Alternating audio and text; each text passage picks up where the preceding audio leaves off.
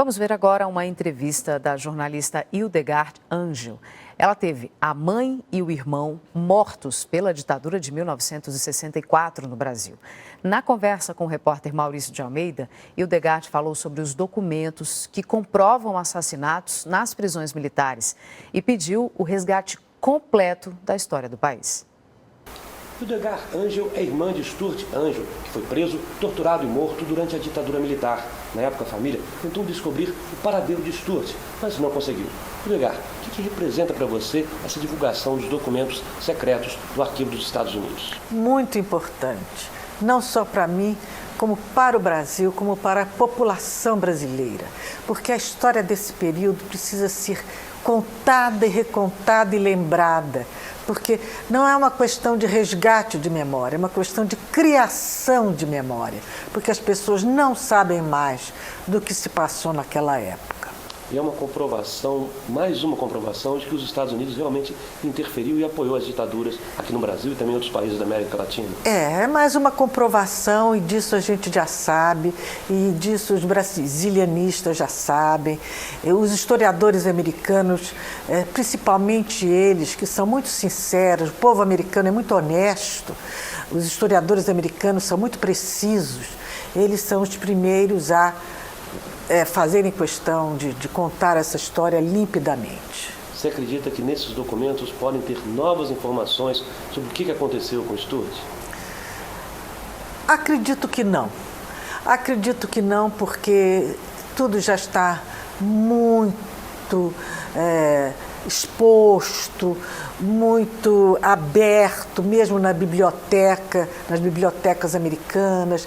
Eu vou lhe dizer uma coisa, eu tenho aqui, já daquela época de 1971, trocas de cartas do Exército, da Aeronáutica e da Marinha do Brasil com autoridades americanas. E já em junho de 71 e em julho de 71, as nossas três forças negavam a prisão do Stuart Edgar Angel Jones.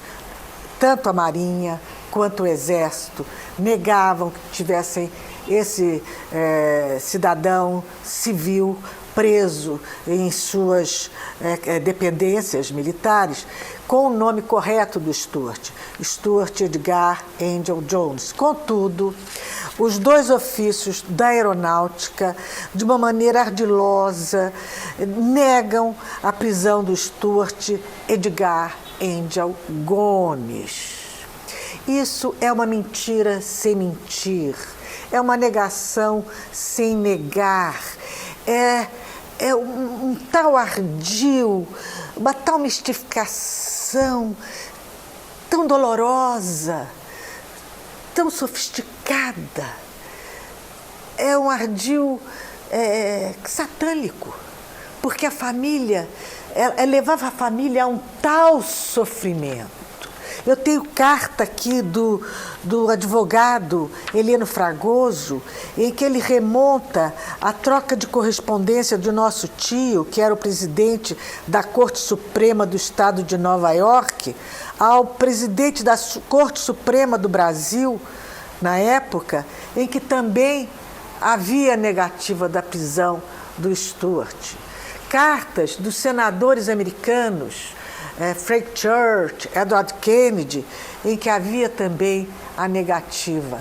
Agora, houve uma carta do cônsul-geral americano, que estava em férias, então foi o cônsul substituto, em que ele confirmava que que ele recebeu uma informação de um delegado da polícia do Rio de Janeiro, de que Stuart Edgar Angel Gomes fora preso e que tinha se evadido. Então havia essa pontinha de verdade mentirosa que nos deu uma luz na ocasião em 71, porque o Stuart foi morto na madrugada de 14 para 15 de maio de 71, nos porões do Galeão. E a câmara de tortura, onde ele foi torturado e tantos outros, foi posteriormente concretada porque ela era num subterrâneo da base aérea do Galeão. São histórias que dificilmente foram recontadas, reconstruídas. Outras famílias passaram por esse mesmo drama. Isso é importante, não deixar nada numa caixa preta, escondida. Todas as informações devem ser divulgadas. A caixa preta das torturas, dos horrores que os brasileiros viveram. E nós temos que contar isso, para que isso não se repita, para que não se repitam horrores como pessoas sendo escalpeladas vivas nos porões da ditadura. Nós não podemos conceber, nós que vivemos há tantos anos na democracia, os jovens não podem conceber o que foi aquilo.